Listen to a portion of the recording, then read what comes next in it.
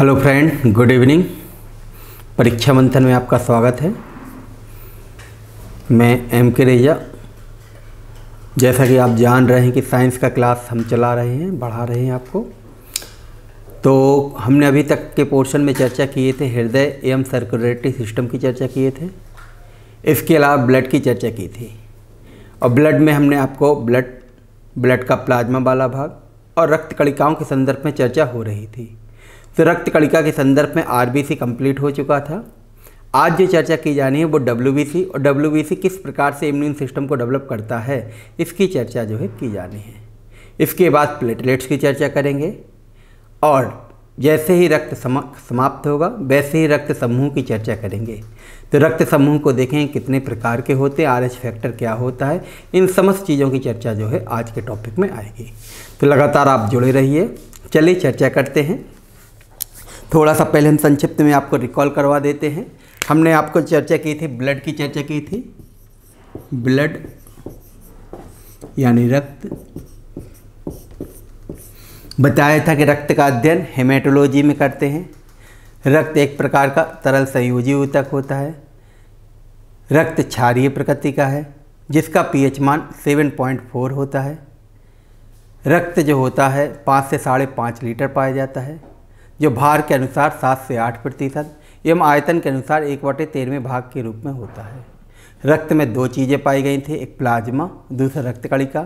Plasma वाला भाग जो होता है यह 55 से 60% होता है, और रक्त कणिका वाला भाग 40 से 45%। प्लाज्मा वाले भाग में बताए थे कि 90 से 92% जल पाया जाता है, और 8 से 10% अन्य कार्बनिक एवं अकार्बनिक पदार्थ पाए जाते हैं। जबकि रक्त कणिकाएँ 3 प्रकार की थी, आरबीसी, डब्ल्यूबीसी और प्लेटलेट्स। आरबीसी, डब्ल्यूबीसी, प्लेटलेट्स की हमने कंपैरेटिव एनालिसिस एक टेबल के माध्यम से बनाई थी, जिसमें बताए थे इनके दूसरे नाम क्या होते हैं, जीवन काल कितना होता है, कार्य किसका क्या होता है, माप कितनी होती है, केंद्रक किसमें पाया जाता है, आकार कैसा होता है, संख्या कितनी होती है। इन समस्त चीज़ों की कंपैरेटिव एनालिसिस जो है हमने आपको करवाई थी। अब आरबीसी के मुख्य कार्य क्या था, ऑक्सीजन का सर्कुलेशन करना, और दूसरी रक्त कणिका जिसका नाम क्या है, डब्ल्यूबीसी। डब्ल्यूबीसी जिसे ल्यूकोसाइट के नाम से भी जाना जाता है। डब्ल्यूबीसी जिसे किस नाम से जाना जाता है, ल्यूकोसाइट के नाम से भी जाना जाता है। डब्ल्यूबीसी का उत्पादन मुख्य रूप से अस्थि मज्जा में होता है। इसके अलावा प्लीहा में भी होता है और स्प्लीन में भी होता है। प्लीहा और लिम्फ में भी होता है। स्प्लीन को ही प्लीहा हिंदी में कहा जाता है। डब्ल्यूबीसी का मुख्य कार्य है प्रतिरक्षा तंत्र को मजबूत करना। मुख्य कार्य क्या है, प्रतिरक्षा तंत्र को मजबूत करना।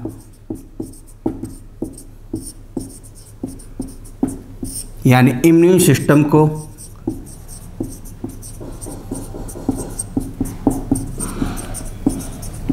डेवलप करना।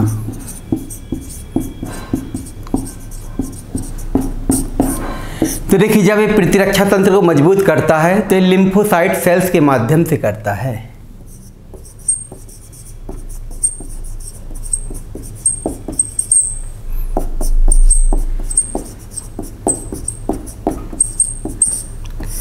डब्ल्यूबीसी का मुख्य कार्य है प्रतिरक्षा तंत्र को मजबूत करना, और जब यह प्रतिरक्षा तंत्र को मजबूत करता है तो किसके माध्यम से करता है, लिम्फोसाइट सेल्स के माध्यम से करता है। और यह 2 प्रकार की होती हैं, एक है बी लिम्फोसाइट सेल,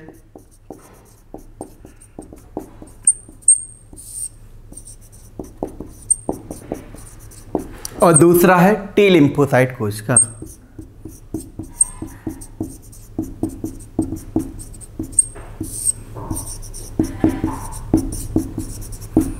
तो लिम्फोसाइट कोशिका कितने प्रकार की हैं, एक है बी लिम्फोसाइट कोशिका और दूसरा है टी लिम्फोसाइट कोशिका। बी लिम्फोसाइट कोशिका का उत्पादन अस्थि मज्जा में होता है, परिपक्वन अस्थि मज्जा में होता है। तो बी लिम्फोसाइट कोशिका का उत्पादन कहाँ पे होता है, उत्पादन अस्थि मज्जा में होता है।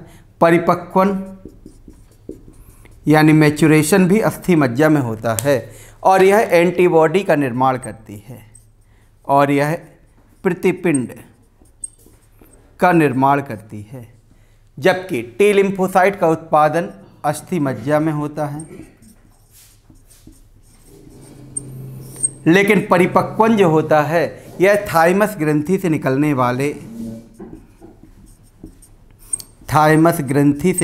वाले थाइमोसिन हार्मोन की उपस्थिति में होता है। थाइमोसिन हार्मोन की उपस्थिति में होता है और यह एंटीजन को पहचानने का कार्य करता है प्रतिजन को पहचानने का कार्य करता है। तो हमने कहा कि WBC का मुख्य कार्य है प्रतिरक्षा तंत्र को मजबूत करना, और यह प्रतिरक्षा तंत्र को लिम्फोसाइट सेल्स के माध्यम से मजबूत करता है, जो कि दो प्रकार की हैं, बी लिम्फोसाइट कोशिका और टी लिम्फोसाइट कोशिका।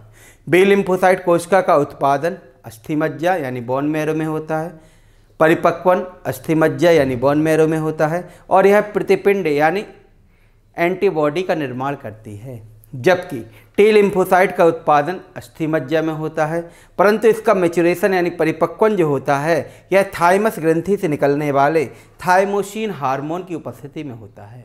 तो थाइमस ग्रंथि क्या है? तो देखिए, हमारे शरीर में 6 अंतःस्रावी ग्रंथि पाई जाती हैं। हमारे शरीर में 6 एंडोक्राइन ग्लैंड पाई जाती हैं, जैसे पीयूष ग्रंथि यानी pituitary gland, thyroid gland, parathyroid gland, pineal body, thymus gland एवं एड्रिनल ग्लैंड के नाम से जाना जाता है। तो इन 6 ग्रंथियों में से एक ग्रंथि का नाम यहाँ पे लिखा हुआ है, जिसका नाम होता है थाइमस ग्लैंड, और जिससे कौन सा हार्मोन निकलता है? Thymosin hormone. और यह हार्मोन जो होता है टी लिम्फोसाइट को मैच्योर करता है, जिसका मुख्य कार्य होता है एंटीजन को पहचानना। एंटीजन क्या होते हैं? एंटीजन तथा एंटीबॉडी दोनों प्रोटीन नेचर के होते हैं। एंटीजन तथा एंटीबॉडी दोनों किस नेचर के होते हैं? प्रोटीन नेचर के होते हैं। और एंटीजन जो होते हैं शरीर में प्रवेश करने वाले विदेशक पदार्थ कहलाते हैं। यानी जब शरीर में विदेशक पदार्थ प्रवेश करते हैं तो वो शरीर के लिए एंटीजन के रूप में होते हैं, जिसके प्रतिरोध में शरीर में एंटीबॉडी का निर्माण होता है। और जब एंटीबॉडी बनती है तो एंटीबॉडी उस एंटीजन को नष्ट करती है। यदि नष्ट करने में समर्थ होती है तब तो वह रोग शरीर में नहीं होता है, और यदि असमर्थ होती है तो वह रोग शरीर में हो जाता है। यानी जैसे ही विदेशक पदार्थ शरीर में प्रवेश करेगा, टी लिम्फोसाइट पहचानेगा, बी लिम्फोसाइट को आदेश देगा, बी लिम्फोसाइट एंटीबॉडी का निर्माण करेगी। यह एंटीबॉडी इस एंटीजन को नष्ट करेगी। यदि नष्ट करने में समर्थ होगी तब तो वह रोग शरीर में नहीं होगा, परंतु यदि असमर्थ होगी तो वह रोग शरीर में हो जाएगा। जैसे कि देखा जाए मलेरिया। मलेरिया रोग किससे होता है? तो मलेरिया रोग होता है प्लाज्मोडियम प्रजाति से। मलेरिया किससे होता है? प्लाज्मोडियम प्रजाति से। और जब प्लाज्मोडियम प्रजाति से होता है तो प्लाज्मोडियम की 4 प्रजातियां पाई जाती हैं। एक है प्लाज्मोडियम बाइवेक्स,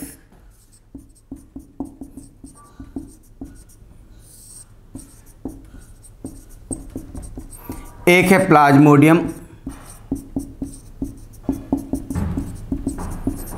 फैल्सीफेरम, एक है प्लाज्मोडियम ओवेल,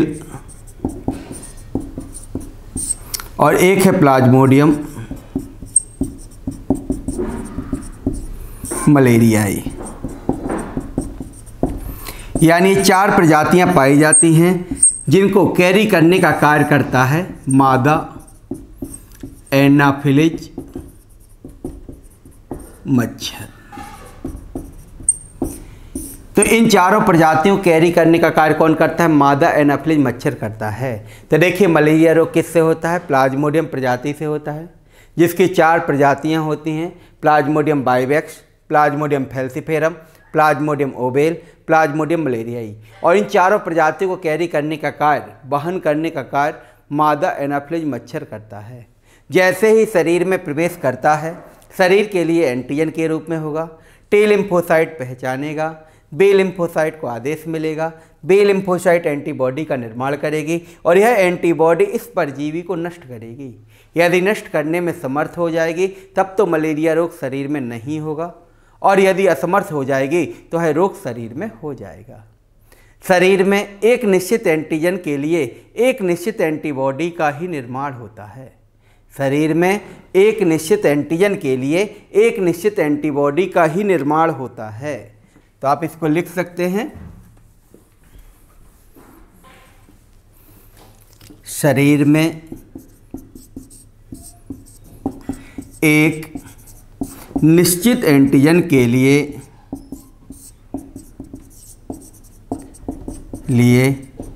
एक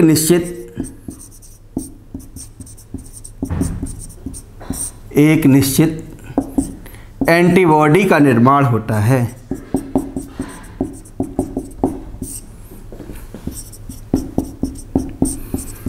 तो शरीर में एक निश्चित एंटीजन के लिए एक निश्चित एंटीबॉडी का निर्माण होता है।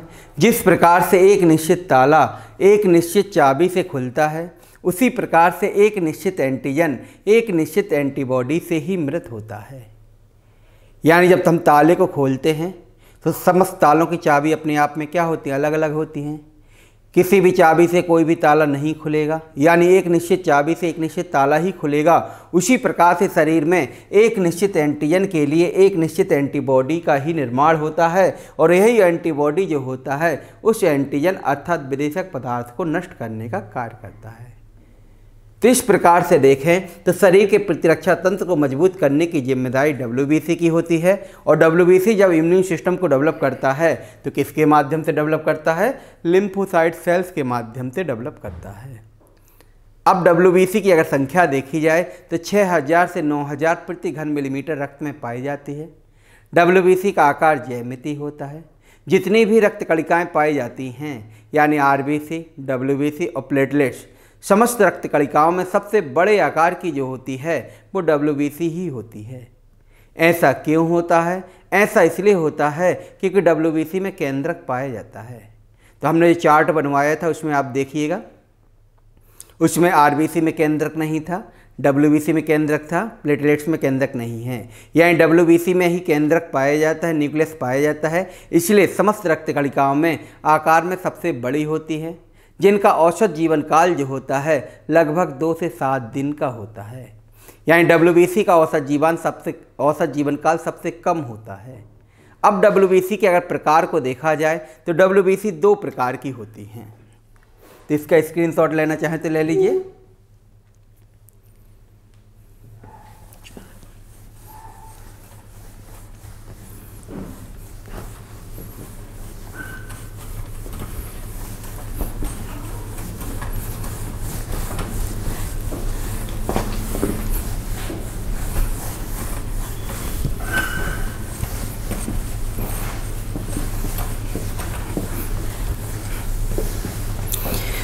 अब यहाँ पे WBC के प्रकार को देखते हैं।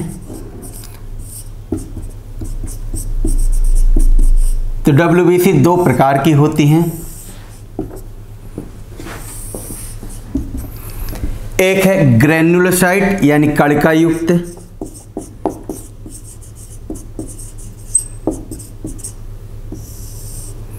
कोशिका,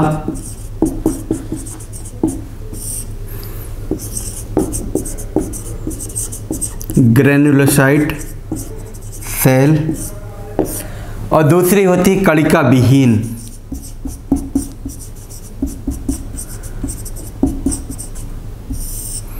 कोशिका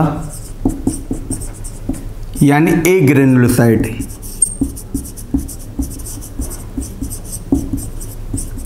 सेल।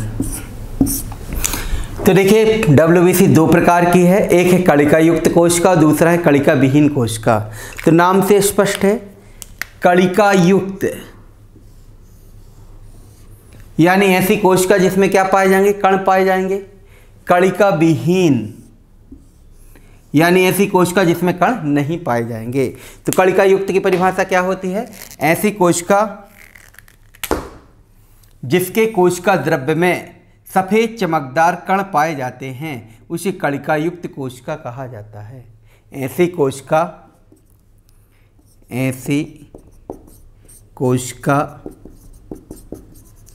जिसके कोशिका द्रव्य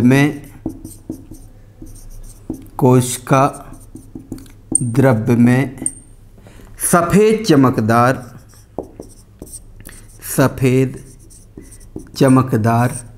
कण पाए जाते हैं। ऐसी कोशिका जिसके कोशिका द्रव्य यानी साइटोप्लाज्म में सफ़ेद चमकदार कण पाए जाते हैं उसे कणिका युक्त कोशिका कहते हैं। और कणिका विहीन क्या होगी? ऐसी कोशिका जिसके कोशिका द्रव्य में सफ़ेद चमकदार कण नहीं पाए जाते हैं। ऐसी कोशिका जिसके कोशिका द्रव्य में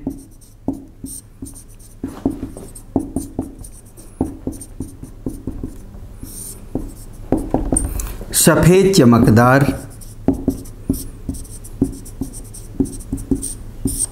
कण नहीं पाए जाते हैं।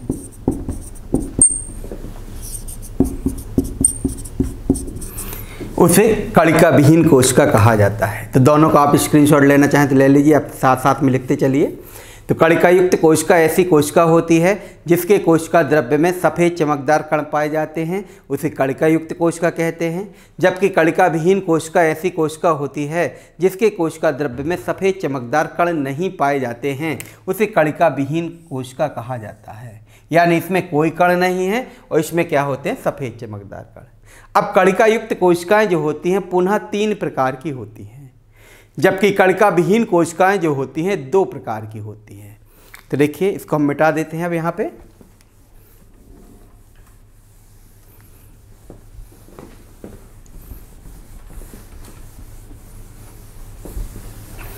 कणिका युक्त कोशिकाएं जो होती हैं कितने प्रकार की हैं? 3 प्रकार की। एक का नाम है बेसोफिल सेल, बेसोफिल्स कोशिका। दूसरे का नाम है इयोसिनोफिल कोशिका।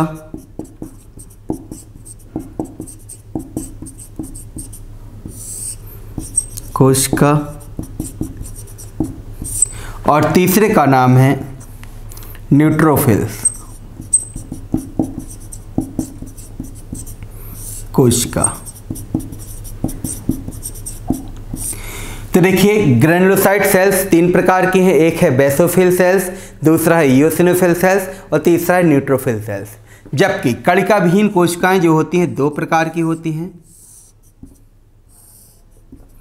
एक है मोनोसाइट सेल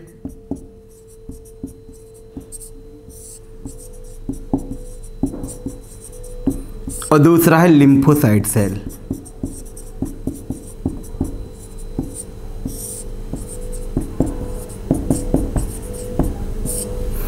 तो ग्रेनुलोसाइट और एग्रेनुलोसाइट 2 भागों को हमने डिवाइड किया है WBC में। और ग्रेनुलोसाइट सेल्स कितने प्रकार की हैं? 3 प्रकार की। एक बेसोफिल सेल्स है, दूसरा इयोसिनोफिल सेल्स है, तीसरा न्यूट्रोफिल सेल्स है। और कणिका विहीन कोशिका में 2 प्रकार की हैं, एक मोनोसाइट सेल्स है और दूसरा लिम्फोसाइट सेल्स है।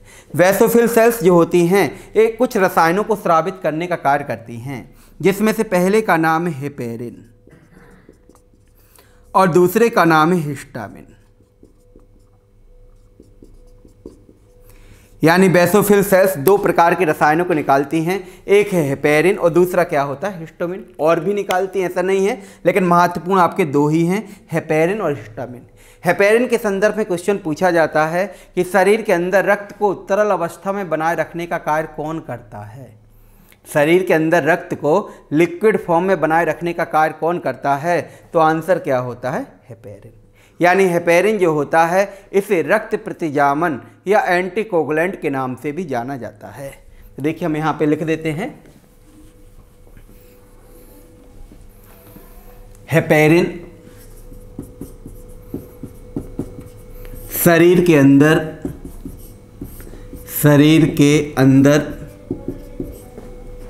रक्त को तरल अवस्था में बनाए रखने का कार्य करता है, बनाए रखने का कार्य करता है। इसलिए इसे रक्त प्रतिजामन इसको अंडरलाइन कर सकते हैं, और इसी को इंग्लिश में कहते हैं एंटी कोएगुलेंट के नाम से जाना जाता है, के नाम से जाना जाता है। तो आप लिख सकते हैं कि हेपेरिन जो होता है यह रक्त को तरल अवस्था में बनाए रखने का कार्य करता है, इसलिए इसे रक्त प्रतिजामन या एंटीकोगुलेंट के नाम से जाना जाता है। तो क्वेश्चन यही पूछा जाता है कि एंटीकोगुलेंट के नाम से किसे जाना जाता है, तो आपका सही आंसर क्या होगा, हेपेरिन। दूसरा क्या है, हिस्टामिन। हिस्टामिन जो होता है यह एलर्जी कारक होता है। तो इसका स्क्रीनशॉट लेना चाहें तो ले लीजिए। चलिए अब आगे बढ़ते हैं।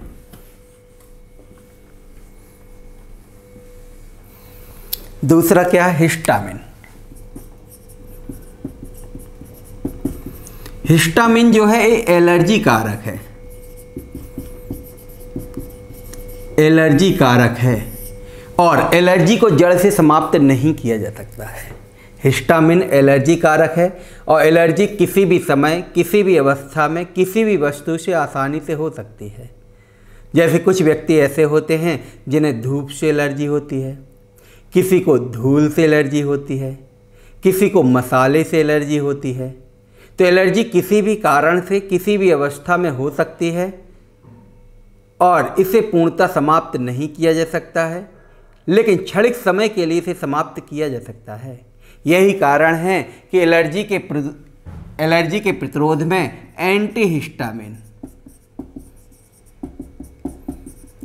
एंटीहिस्टामिन मेडिसिन का सेवन किया जाता है, जो कि क्षणिक समय के लिए एलर्जी को कंट्रोल करने का कार्य करता है। यानी एंटीहिस्टामिन मेडिसिन का सेवन किया जाएगा, जिसमें एक कंपोजिशन होगा, वो क्या करेगी, कुछ समय के लिए एलर्जी को समाप्त कर देगी, लेकिन जड़ से इसको समाप्त नहीं किया जा सकता है। तो देखिए बेसोफिल्स से दो रसायन निकले, पहला हेपेरिन, दूसरा हिस्टामिन। हेपेरिन जो होता है क्या है, एंटीकोगुलेंट है, और हिस्टामिन कैसा होता है, एलर्जी कारक। अब इसके बाद आता है इयोसिनोफिल सेल्स। इयोसिनोफिल सेल्स जो होती हैं एक कुल कोशिका का लगभग 4 से 5 या 6% होती हैं। इयोसिनोफिल सेल्स जो होती हैं एक कुल कोशिका का लगभग 4 से 5 या 6% होती हैं, और इनका मुख्य कार्य होता है इम्यून सिस्टम को मजबूत करना। लेकिन जब इनकी संख्या बढ़ जाती है तो ऐसी स्थिति में इस्नोफिलिया नामक रोग हो जाता है। यानी इयोसिनोफिल्स की संख्या बढ़ेगी तो कौन सा रोग होगा, इस्नोफिलिया। इस्नोफिलिया नामक रोग कब होता है, जब इयोसिनोफिल्स कोशिकाओं की संख्या बढ़ती है, कोशिकाओं की संख्या बढ़ती है। तो इयोसिनोफिल सेल्स की संख्या जब बढ़ती जाएगी तो इस्नोफिलिया नामक रोग होता है, और कभी कभी यह रोग घातक भी हो जाता है। यानी जब इनकी संख्या 40%, 50% या 42% के आसपास पहुंचती है तो यह रोग अत्यंत घातक होता है। और इस्नोफिलिया में देखा जाए सामान्य सर्दी जुकाम जैसे लक्षण ही दिखाई देते हैं, यानी खांसी भी आती है, छींकें भी आती हैं, बलगम भी बनता है, बुखार भी रहता है, और शरीर में पेन यानी दर्द बना रहता है। तो छींकें आएंगी, खांसी आएंगी, बलगम बनेगा, बुखार रहेगा, और शरीर में क्या होता है, पेन यानी दर्द बना रहता है। तो यह किसके कारण होता है, इयोसिनोफिल सेल्स की संख्या बढ़ने के कारण होता है। तो इस प्रकार से देखें तो ये था इस्नोफिलिया। इससे न्यूट्रोफिल्स, न्यूट्रोफिल सेल्स जो होती हैं ये भक्षी कोशिका की तरह भूमिका निभाती हैं। न्यूट्रोफिल सेल्स जो होती हैं ये फैगोसाइट सेल्स की तरह भूमिका निभाती हैं।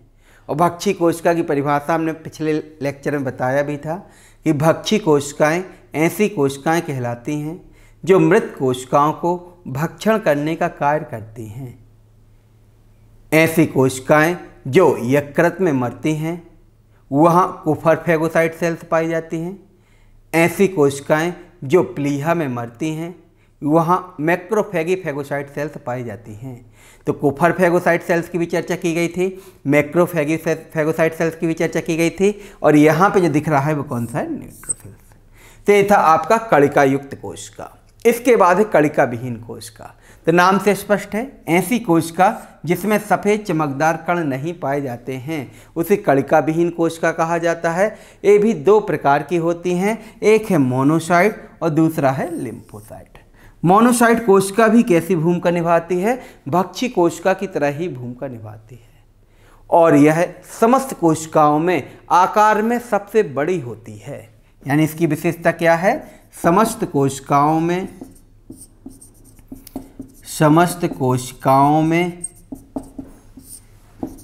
आकार में सबसे बड़ी होती है, सबसे बड़ी होती है। तो इस प्रकार से देखें तो मोनोसाइट सेल्स जो है यह कैसी है, भक्षी कोशिका के रूप में। दूसरा है लिम्फोसाइट सेल्स। तो लिम्फोसाइट सेल्स की चर्चा तो अभी हमने की थी कि लिम्फोसाइट सेल्स क्या करती है, प्रतिरक्षा तंत्र को मजबूत करती है, और ये पुनः दो प्रकार की होती है, एक है बी लिम्फोसाइट सेल्स और दूसरा है टी लिम्फोसाइट सेल। तो बी लिम्फोसाइट सेल्स क्या कर रही थी, एंटीबॉडी का निर्माण कर रही थी, और टी लिम्फोसाइट क्या कर रही थी, एंटीजन को पहचानने का कार्य कर रही थी। तो इस प्रकार से देखें तो डब्ल्यूबीसी इतने प्रकार की हैं, जहां से क्वेश्चन अगर देखा जाए तो क्वेश्चन जो पूछा जाता है वो हेपेरिन के ऊपर क्वेश्चन बनता है, हिस्टामिन के ऊपर क्वेश्चन बनता है, इओसिनोफिल सेल्स के ऊपर क्वेश्चन पूछा जाता है कि इसिनोफिलिया रोग किससे होता है, और लिम्फोसाइट में बी लिम्फोसाइट पे क्वेश्चन बनता है और टी लिम्फोसाइट पर क्वेश्चन बनता है। तो इतने पोर्शन से जो है क्वेश्चन निकल के आता है। ये हुआ आपका डब्ल्यूबीसी और उससे संबंधित कार्य। तो इसका स्क्रीनशॉट आप लेना चाहें तो ले लीजिए, फिर इसके बाद आगे बढ़ें।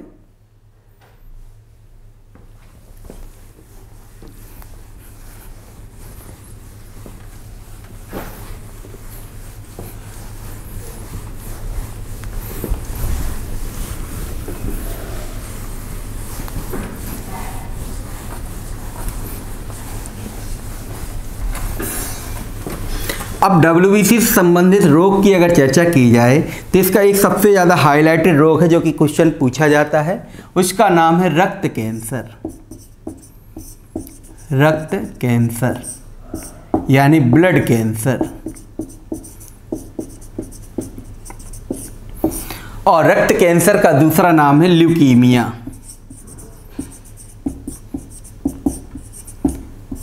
तो देखिए सीधा सीधा क्वेश्चन पूछा जाता है कि ल्यूकीमिया के नाम से किसे जाना जाता है, तो रक्त कैंसर को, या रक्त कैंसर को किस अन्य नाम से जाना जाता है, तो ल्यूकीमिया के नाम से।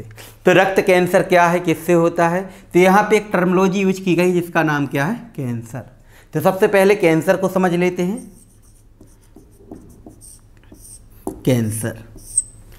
कैंसर यानी विज्ञान की वह शाखा जिसके अंतर्गत कैंसर का अध्ययन करते हैं उसे ऑन्कोलॉजी कहा जाता है।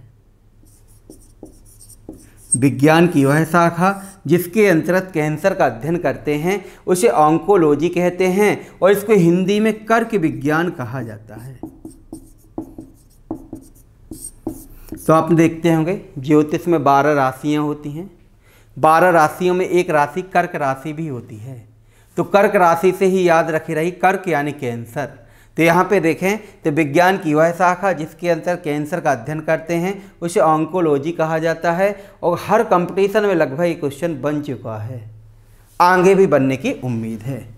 कैंसर से संबंधित जीन ऑन्कोजीन कहलाता है। कैंसर से संबंधित जीन जो होता है ऑन्कोजीन कहलाता है, और कैंसर का आशय है कोशिका में होने वाला अनियंत्रित विभाजन, यानी uncontrolled division is called cancer. कोशिका में होने वाला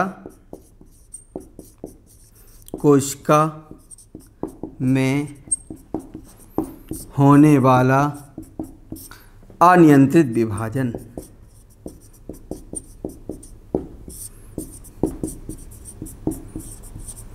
कैंसर कहलाता है।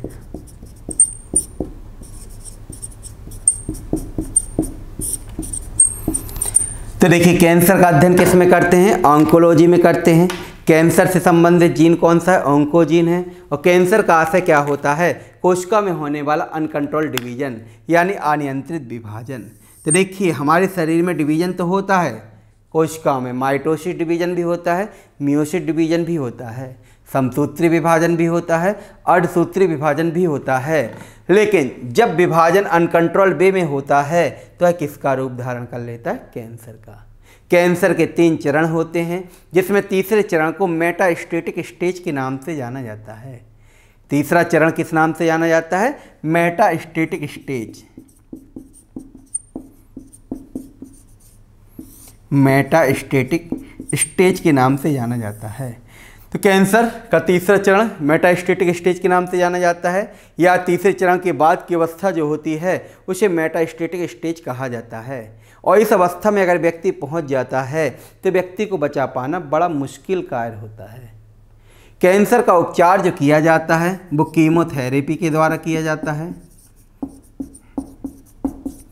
और रेडियोथेरेपी के द्वारा किया जाता है। यानी कैंसर का उपचार वर्तमान में किसके द्वारा हो रहा है, कीमोथेरेपी के द्वारा हो रहा है और रेडियोथेरेपी के द्वारा हो रहा है। और यदि कीमोथेरेपी सफल हो जाती है तो व्यक्ति आसानी से 2-3 साल जीवन यापन करता है। रेडियोथेरेपी जो होता है इसमें मुख्य रूप से गामा किरणों का प्रयोग किया जाता है। रेडियोथेरेपी जो होता है इसमें मुख्य रूप से किसका प्रयोग करते हैं, गामा किरणों का। तो देखिए गामा किरण जो होता है नॉन मैकेनिकल वेव्स होता है, यानी अयांत्रिक तरंग होता है। और ऐसी तरंगें जिनको चलने के लिए माध्यम की आवश्यकता नहीं होती है उसे नॉन मैकेनिकल वेव्स कहा जाता है, जिनकी संख्या 7 होती है। गामा किरण, यक्ष किरण, अल्ट्रावायलेट किरण, visual rays, infrared rays, microwave rays और रेडियो किरणें। गामा किरणों की आवृत्ति जो होती है सबसे अधिक होती है और तरंगदैर्घ्य का मान सबसे कम होता है। यानी गामा किरणें अत्यधिक ऊर्जावान होती हैं, इसलिए इनका प्रयोग किस में किया जाता है, रेडियोथेरेपी में। तो कुछ प्रमुख रेडियो आइसोटोप्स हैं जो कैंसर के उपचार के लिए किए जाते हैं और हर कंपटीशन में लगभग बन भी रहे हैं और बनते रहेंगे आगे। तो उनके नाम आप यहाँ लिखना चाहें तो लिख लीजिए। तो रेडियो आइसोटोप्स यानी रेडियो समस्थानिक कौन कौन से हैं, पहला है कोबाल्ट 60। इसका स्क्रीनशॉट लेना चाहें तो आप ले लीजिए। चलिए अब इसके बाद जो हम 5 जो रेडियो आइसोटोप्स महत्वपूर्ण हैं उनके नाम लिख देते हैं और उनका उपयोग किस में किया जाता है उसको भी देख लेते हैं। हेडिंग आप लिख सकते हैं, रेडियो समस्थानिक रेडियो आइसोटोप्स। पहला है कोबाल्ट 60। कोबाल्ट 60 कोबाल्ट 60 का प्रयोग किया जाता है विभिन्न कैंसरों के उपचार के लिए। विभिन्न कैंसरों के उपचार के लिए, ठीक है। दूसरा है फास्फोरस 32। फास्फोरस 32 फास्फोरस 32 का प्रयोग किया जाता है रक्त कैंसर के उपचार के लिए। तो जिसे हमें पढ़ना है उसी के उपचार के लिए किसका प्रयोग करते हैं, फास्फोरस 32। रक्त कैंसर जिसे किस नाम से जाना जाता है, ल्यूकीमिया। ल्यूकीमिया रक्त कैंसर के उपचार के लिए। इसके बाद तीसरा है आर्सेनिक 74। आर्सेनिक 74 आर्सेनिक 74 का प्रयोग किया जाता है ब्रेन ट्यूमर के उपचार के लिए। ब्रेन ट्यूमर के उपचार के लिए। इसके बाद चौथा है आयोडीन 131। आयोडीन 131 तो समझ गए होंगे आयोडीन वर्ड लगा है यानी थायराइड ग्रंथि के उपचार के लिए। थायराइड ग्रंथि के उपचार के लिए। और एक और होता है जिसका नाम है सोडियम 24। सोडियम 24। सोडियम 24 का प्रयोग किया जाता है रक्त का थक्का का पता लगाने के लिए। रक्त का थक्का पता लगाने के लिए। तो ये 5 रेडियो आइसोटोप्स बहुत महत्वपूर्ण हैं। ऐसा नहीं कि 5 ही हैं, और भी बन चुके हैं, लेकिन 5 ज़्यादा महत्वपूर्ण है। जोड़ी मिलाने के लिए भी आता है क्वेश्चन, और सीधे सीधे क्वेश्चन भी निकल के आते हैं। तो एक बार मिला लीजिए। कोबाल्ट 60 विभिन्न कैंसरों के उपचार के लिए, फास्फोरस 32 रक्त कैंसर के उपचार के लिए, आर्सेनिक 74 ब्रेन ट्यूमर के उपचार के लिए, आयोडीन 131 थायराइड ग्रंथि के उपचार के लिए, सोडियम 24 रक्त का थक्का पता लगाने के लिए। इसका स्क्रीनशॉट ले लीजिए, अपने आप में बहुत ही महत्वपूर्ण है। क्लियर है? तो कैंसर हमने बताया विज्ञान की वह शाखा जिसके अंतर्गत कैंसर का अध्ययन करते हैं ऑन्कोलॉजी कहलाता है। कैंसर का आशय है कोशिका में होने वाला अनियंत्रित विभाजन। कैंसर का उपचार कीमोथेरेपी के द्वारा भी किया जाता है और रेडियोथेरेपी के द्वारा भी किया जाता है। अगर ये सफल होते हैं तो व्यक्ति लंबे समय तक जीवन यापन करता है, और यदि असफल नहीं होते हैं तो स्टेज लगातार धीरे धीरे करके बढ़ती जाती है। ठीक।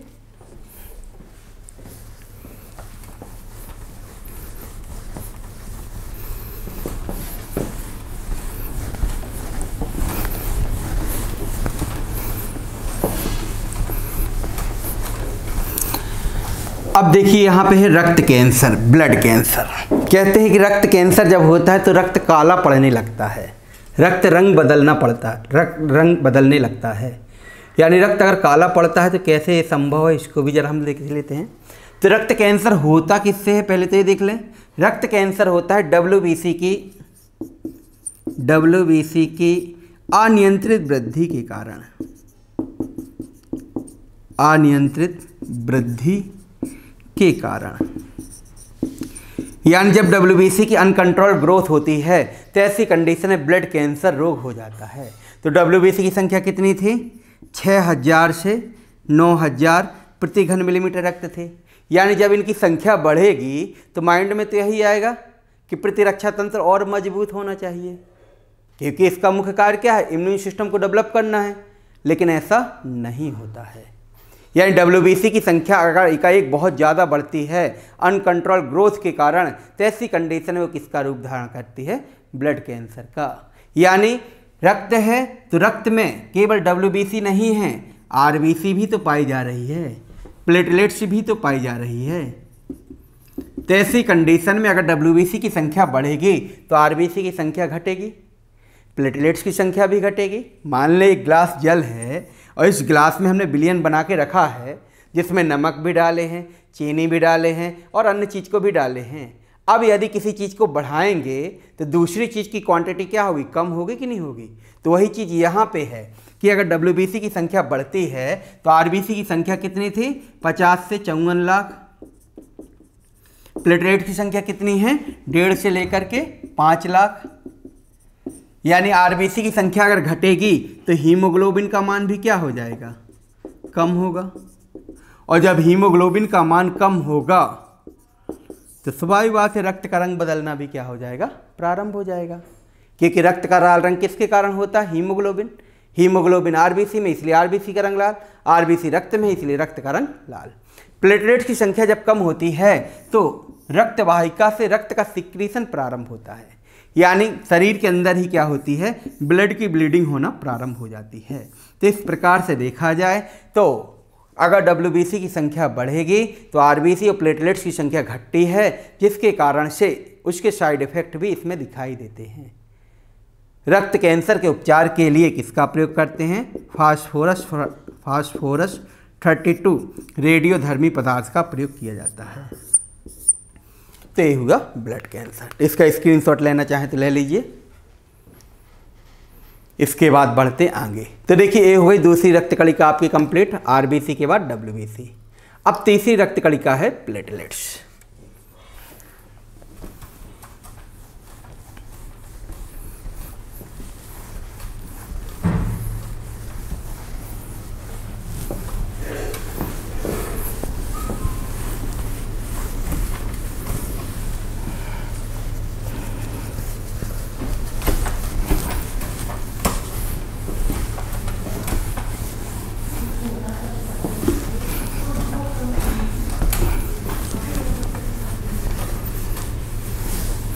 चलिए, तो तीसरी हेडिंग लिखी प्लेटलेट्स। प्लेटलेट्स जिसका दूसरा नाम क्या था? थ्रोम्बोसाइट। थ्रोम्बोसाइट। तो देखिए प्लेटलेट्स का उत्पादन कहाँ हो रहा था? अस्थि मज्जा में हो रहा था। प्लेटलेट्स की संख्या कितनी थी? 1.5 से लेकर के 5 लाख प्रति घन मिलीमीटर रक्त। प्लेटलेट्स का आकार कैसा था? ज्यामितीय था। प्लेटलेट्स की माप कितनी थी? 2 से 3 माइक्रोन के रूप में थी। प्लेटलेट्स में केंद्रक नहीं पाया जाता था और इसका मुख्य कार्य क्या है? रक्त का थक्का जमाना। यानी जब शरीर में कभी चोट लग जाती है और रक्त बाहर निकलता है तो ज़्यादा मात्रा में रक्त बाहर ना निकले, वहाँ पे रक्त को क्लॉट करने का कार्य कौन करता है? प्लेटलेट्स। तो रक्त की क्लॉटिंग जो होती है वो 13 चरणों में कंप्लीट होती है। तो 13 के 13 चरण याद करने की ज़रूरत नहीं कंपटीशन में। कुछ ही मुख्य चरण हैं जहाँ पे पूछे जाते हैं और ख़ासतौर पे पूछा जाता है कि कौन सा एंजाइम जो होता है रक्त का थक्का जमाने में सहायक होता है। तो इसका नाम क्या है? थ्रोम्बिनेज एंजाइम। तो देखिए संक्षिप्त में यहाँ पे हम देखते हैं रक्त का थक्का कैसे जमता है। तो सबसे पहले क्या होगी? चोट लगेगी, यानी चोट का लगना। और जैसे ही चोट लगती हैं वैसे ही रक्त वाहिकाएँ क्षतिग्रस्त होंगी। रक्त वाहिकाएँ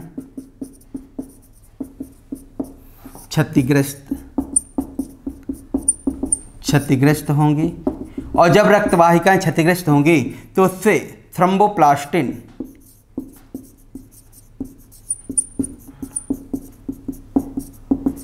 या प्लेटलेट्स फैक्टर 3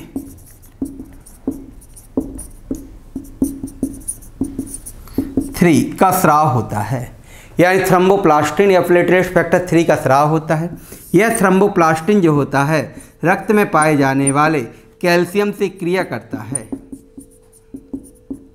जिसके फलस्वरूप प्रोथ्रोम्बिनेज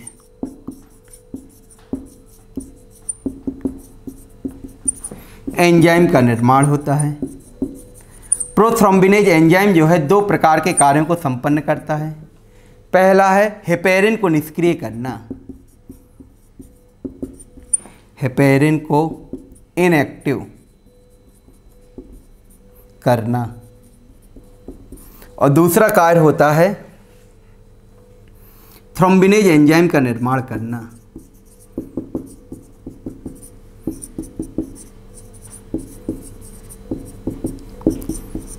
थ्रोम्बिनेज एंजाइम का निर्माण करना। थ्रोम्बिनेज एंजाइम जो होता है यह फाइब्रिनोजन को, जिनको फाइब्रिन में बदलता है, और जब फाइब्रिन बदलता है तो इस प्रकार की संरचना बन जाती है और इसमें रक्त कणिकाएं फंस जाती हैं। रक्त कणिकाएं फंसकर जाल का निर्माण कर देते हैं। रक्त कणिकाएं फंसकर थक्का का निर्माण कर देती हैं।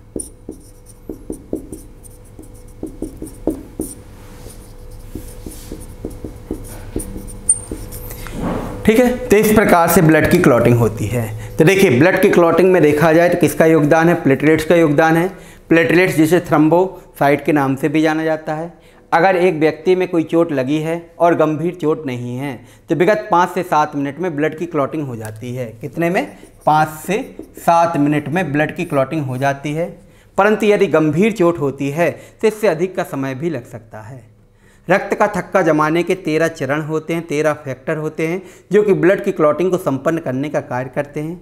यहाँ पे केवल महत्वपूर्ण चरणों को दिखाया गया है जिसमें चोट का लगना है। जैसे ही चोट लगेगी रक्त वाहिकाएँ क्षतिग्रस्त होंगी और जब रक्त वाहिका क्षतिग्रस्त होती हैं तो उससे प्लेटलेट्स फैक्टर 3 या थ्रोम्बोप्लास्टिन का स्राव होता है। थ्रोम्बोप्लास्टिन जो होता है रक्त में पाए जाने वाले कैल्शियम से क्रिया करता है, जिसके फलस्वरूप प्रोथ्रोम्बिनेज एंजाइम का निर्माण होता है। प्रोथ्रोम्बिनेज एंजाइम जैसे ही बनता है यह दो कार्यों को संपन्न करता है। पहला, हेपेरिन को निष्क्रिय करना। तो हमने आपको बताया था कि हेपेरिन जो होता है शरीर के अंदर रक्त को तरल अवस्था में बनाए रखने का कार्य करता है, इसलिए इसको क्या कहते हैं, रक्त प्रतिजामन या एंटीकोगुलेंट के नाम से जाना जाता है। यानी अगर ये निष्क्रिय नहीं होगा तो क्या ब्लड की क्लॉटिंग हो पाएगी? नहीं हो पाएगी। यानी सबसे पहले तो इसको ही निष्क्रिय करना पड़ेगा जहाँ पे चोट लगी है, तभी जा कर के तो आगे की स्टेज बढ़ेगी। उसके बाद होता है थ्रोम्बिनेज एंजाइम का निर्माण होना, यानी प्रोथ्रोम्बिनेज जो होता है थ्रोम्बिनेज एंजाइम में कन्वर्ट होता है, और जब थ्रोम्बिनेज एंजाइम में कन्वर्ट होता है तो यह फाइब्रिनोजन को फाइब्रिन में बदलता है।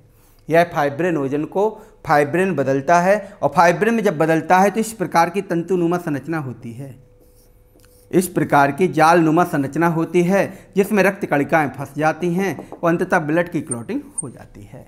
तो इस प्रकार से देखें तो ब्लड की क्लॉटिंग संपन्न होती है। अब क्वेश्चन कहाँ पूछता है? क्वेश्चन पूछता है यहाँ पर कि रक्त का थक्का जमाने में कौन सा एंजाइम महत्वपूर्ण होता है, तो उसका आंसर क्या होता है? थ्रोम्बिनेज एंजाइम। तो इसका स्क्रीनशॉट लेना चाहें तो ले लीजिए आप। चलिए अब इसके बाद देखते हैं कि रक्त का थक्का जमाने में क्या केवल प्लेटलेट्स का योगदान है? ऐसा नहीं होता है।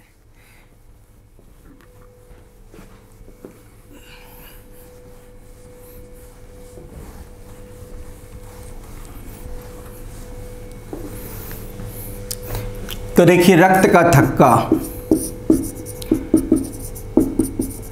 थक्का जमाने में देखा जाए तो कणिका के रूप में प्लेटलेट्स, ठीक, विटामिन के रूप में विटामिन के, और तत्व के रूप में कैल्शियम की भूमिका होती है। यानी रक्त का थक्का जमाने के लिए देखा जाए तो कार्पल्स के रूप में प्लेटलेट्स, विटामिन के रूप में विटामिन के, और एलिमेंट के रूप में जो होता है कैल्शियम की भूमिका होती है, और तीनों मिलकर के एक साथ क्रिया करेंगे और रक्त का थक्का जम के तैयार हो जाएगा। तो हमने कहा कि अगर गंभीर चोट नहीं है तो विगत 5 से 7 मिनट में ब्लड की क्लॉटिंग हो जाती है, लेकिन मान लें कि अगर गंभीर चोट हुई तो इससे अधिक समय भी लग सकता है। परंतु इसके संदर्भ में एक रोग भी है जिसमें ब्लड की क्लॉटिंग नहीं होती है, और उस रोग का नाम है हीमोफीलिया। हीमोफीलिया। तो हीमोफीलिया रोग जो होता है यह अनुवांशिक रोग है, अनुवांशिक रोग है, और इसमें रोगी व्यक्ति के शरीर में जब चोट लगती है तो ब्लड की क्लॉटिंग नहीं होती है। तो हीमोफीलिया कैसा रोग है? जेनेटिक डिजीज है, और जैसे ही चोट लगती है ऐसे व्यक्तियों में ब्लड की क्लॉटिंग नहीं होती है। और अनुवांशिक रोग ऐसे रोग कहलाते हैं जो कि पीढ़ी दर पीढ़ी स्थानांतरित होते हैं, यानी जिसके वंश में यह रोग रहा होगा उसी के वंश में यह रोग जाएगा। आम लोगों को यह रोग नहीं होता है। इस रोग के पहली बार लक्षण ब्रिटेन की महारानी में देखे गए थे, इसलिए इसे रॉयल हीमोफीलिया के नाम से भी जाना जाता है। तो ब्रिटेन की महारानी विक्टोरिया में पहली बार ये लक्षण देखे गए थे, ठीक है, वहीं से पता चला कि ऐसा रोग भी होता है। अब इस रोग में देखा जाए तो रोगी व्यक्ति के अंदर फैक्टर संख्या 8 एवं 9 का अभाव हो जाता है, और जब अभाव होता है तो ब्लड की क्लॉटिंग नहीं होती है। इस रोग के लक्षण जो होते हैं यक्ष गुणसूत्र पर प्रभावी होते हैं और वाई गुणसूत्र पर अप्रभावी होते हैं। इस रोग के लक्षण जो होते हैं यक्ष गुणसूत्र पर डोमिनेंट होते हैं, जबकि वाई गुणसूत्र पर रिसेसिव होते हैं। क्योंकि फीमेल में डबल एक्स गुणसूत्र पाए जाते हैं, इसलिए फीमेल जो होती है वाहक भी होती है और रोगी भी होती है, लेकिन मेल में केवल एक यक्ष गुणसूत्र पाया जाता है, इसलिए मेल सीधा कैसा होता है? रोगी होता है। तो हीमोफीलिया के लक्षण जो होते हैं यक्ष गुणसूत्र पर प्रभावी तथा वाई गुणसूत्र पर अप्रभावी होते हैं। फीमेल में डबल एक्स गुणसूत्र होते हैं, इसलिए फीमेल वाहक एवं रोगी दोनों होती है, जबकि मेल में एक यक्ष गुणसूत्र पाया जाता है, इसलिए मेल जो होता है सीधा रोगी होता है। अब यहाँ क्वेश्चन पूछा जाता है कि इस रोग को कैरी करने का कार्य कौन करता है? तो ऑप्शन में आपका गुणसूत्र होगा तो यक्ष गुणसूत्र करेगा, ऑप्शन में अगर फीमेल यानी मादा होगी तो फीमेल आंसर सही हो जाएगा। और कैसा रोग है? अनुवांशिक रोग है। क्लियर है?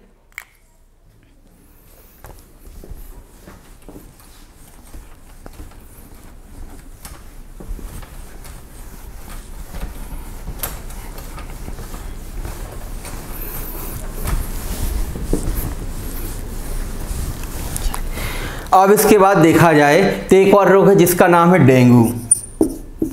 और डेंगू का नाम तो सुना होगा, प्रयागराज में तो डेंगू बहुत होता भी है, ऐसा नहीं है। तो डेंगू रोग जो होता है किसके कारण होता है? डेंगू वायरस से होता है। और इस वायरस को कैरी करने का कार्य करता है एडिज इजिप्टी मच्छर।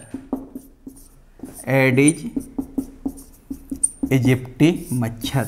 तो देखिए, मादा एनाफिलिस मच्छर किसको कैरी कर रहा था? प्लाज्मोडियम प्रजाति को, जिससे मलेरिया रोग हो रहा था। एडिज इजिप्टी मच्छर जिसे टाइगर मच्छर के नाम से भी जाना जाता है। और यह मच्छर जो होता है किसको कैरी करता है? डेंगू को कैरी करता है। और इस रोग में किसकी कमी हो जाती है? प्लेटलेट्स की। यानी इस रोग में किसकी कमी होगी? प्लेटलेट्स की। और जब प्लेटलेट्स की संख्या 40,000 के अबव पहुंच जाती है तो ऐसी स्थिति में व्यक्ति को बचा पाना बड़ा कठिन कार्य होता है। यानी 1.5 लाख या इससे कम आती है तो ऐसी कंडीशन में ब्लड बैंक में जाते हैं, प्लेटलेट्स को निकलवाते हैं और प्लेटलेट्स चढ़वा देते हैं। और जब प्लेटलेट्स चढ़वा देते हैं तो व्यक्ति क्या हो जाता है? सही हो जाता है। तो इस प्रकार से देखें तो ये थी तीनों रक्त कणिकाएँ, आरबीसी, डब्ल्यूबीसी और प्लेटलेट्स, और उनकी कमी या अधिकता से होने वाले रोग। तो आपको आज हमारा टॉपिक कैसा लगा? कमेंट बॉक्स में कमेंट करके आप ज़रूर बताइएगा। टॉपिक को लाइक कीजिएगा और ज़्यादा से ज़्यादा इसको शेयर कीजिएगा ताकि अधिक से अधिक लोग लाभान्वित हो सकें। इसके अलावा जो बच्चे पहली बार चैनल पे आए हुए हैं तो इस चैनल को जो है सब्सक्राइब कीजिएगा और भी बच्चों को बताइएगा, क्योंकि परीक्षा मंथन आपके लिए हमेशा डेडिकेट रहा है और आगे भी रहेगा। तो ओके, थैंक यू बच्चों, मिलते हैं नेक्स्ट क्लास में। Bye bye.